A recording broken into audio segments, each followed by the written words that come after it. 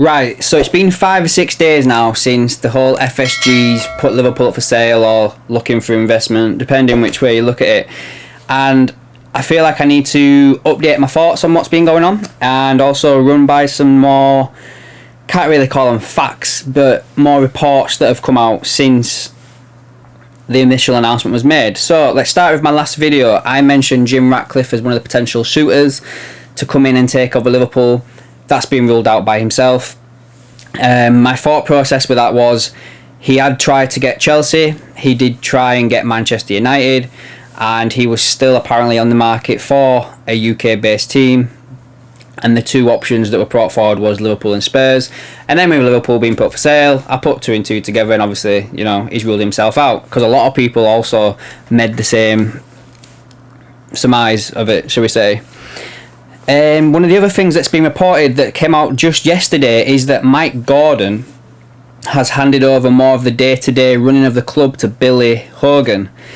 Now, it was first reported that this was like the natural progression of things and that there's nothing funny about this.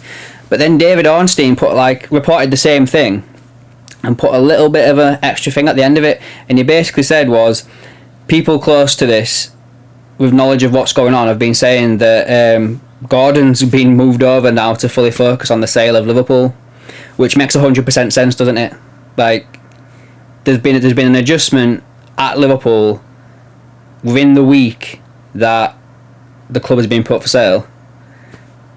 That makes more sense than it just being a natural progression, doesn't it? So that's what I'm going to leave that with there. You come up with your own thoughts and opinions on that. I have noticed as well, if you look at all the reporting and if you look at where they're all based, there's a narrative that's come out. If you look at all the UK based media, they are all singing can't even say the word, they're all coming out with the same stuff. That is, it's going to be an American based business person, consortium or whatever that's going to be taking over Liverpool Football Club, and the FSG would prefer to sell that way rather than anywhere else in the world. But if you look at the media in the Middle East and you look at the media closer to where FSG is based, in say Boston for instance, they keep saying that the most likely outcome is going to be someone from the Middle East. Now, who do we believe here? You know, it's been known that FSG have a list of journalists that are all basically fed the same information. You can look back at transfers and other stuff that they've done since they've been in charge. They all get fed the same line and they all report the same stuff. And that's just due to them not wanting to lose their access into the club.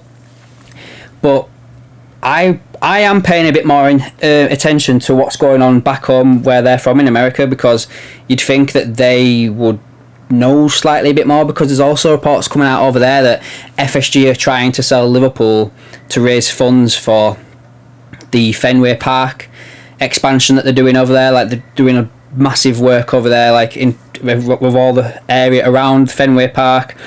Apparently they're looking at an NBA team, they're looking at an NFL team, and they need to raise money like big time to get this done.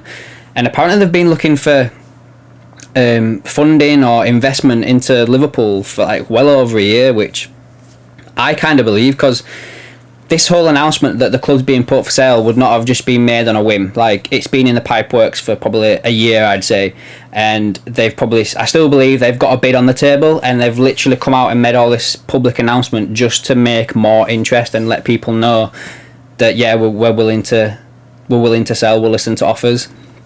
And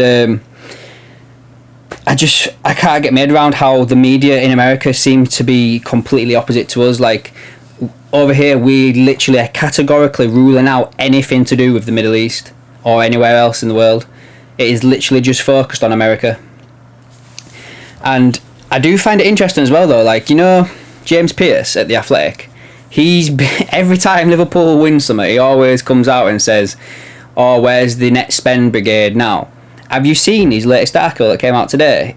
He's basically broke everything down and said that if you break it all down over the years that FSG have been in charge, we've spent 27 million per season. Like, this is what we've been saying for like ages, and now because they're selling up, you're coming out of the woodwork.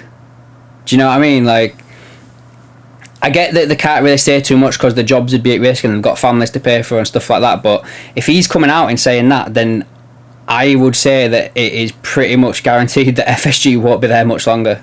Otherwise, why would he be potentially having a go at the owners still if they're going to stay in charge with this? You know, people are just going to buy a share into the club, blah, blah, blah. Like, he wouldn't be doing this if it wasn't 100% sale, do you know what I mean?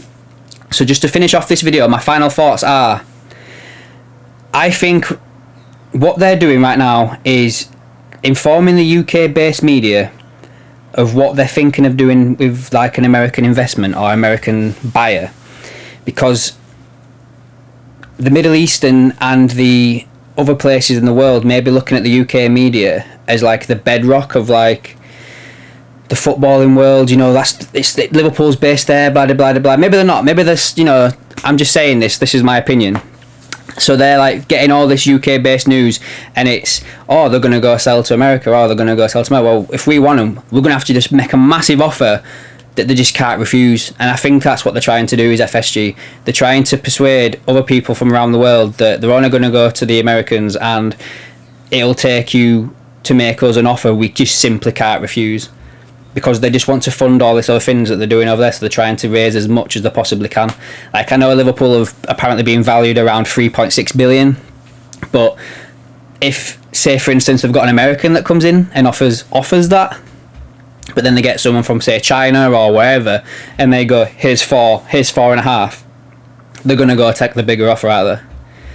I mean, I know there's a lot of people out there saying they don't want a sovereign wealth fund to take over the club, and they don't want people with bad morals and stuff like that. Like, I agree, I don't want that either, but at the end of the day, we don't get a say in it. Like, FSG will sell to whoever they see fit.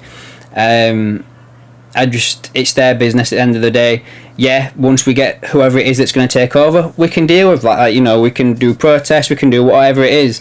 Many fans probably won't really care, like, as long as there's success on the pitch and we get players in. Like, can you imagine if, say, like, for instance, we go and sign, say we get signed by someone from Qatar, we get bought by someone from Qatar, and then we go out and we go buy in January, we go Declan Rice, Bellingham, Mbappe, whatever. I think the majority of fans won't really care where the money's come from, and that is a bad thing to say, but it's just the truth. It really is the truth. So yeah, that's my final thoughts on that, with the FSG using the UK media as like a weapon to push up the price of the club. And also, one final thought, I would keep an eye on David Ornstein, because he seems to be in the loop. He seems to have someone feeding him information regularly. He was the person that broke the news, and he was also the person that added that little bit extra on to the end of Mike Gordon's stepping away from the club, Billy Hogan taking on more responsibility. So I wouldn't be surprised if he is the person that breaks the news of who's actually put the bid in. Keep an eye on David Ornstein, guys. So we've got Southampton today, hoping for the W before we go to the World Cup. And also, guys, keep an eye on what you think is going to happen with this European Super League court case that's going to end in, I think, the 22nd of December. That might have something to do with the price that FSG can ask for. Like, if basically it gets ruled that UEFA can't run the Champions League as well as be the governing body of European football, then the Super League might come back into a thing and then potentially push the price up. I don't know. Let's see what happens, guys. Anyway, that's me for today. Let me know your thoughts down below. Do you agree? Have I missed anything out? Do you think I'm talking rubbish? Let me know down below, guys. If you think I'm talking rubbish, let me know. And just obviously point out the points that you think are rubbish. And we can have a discussion down in the comments. You know, I ain't going to shy away from stuff. Let me know. I'll catch you in the next one.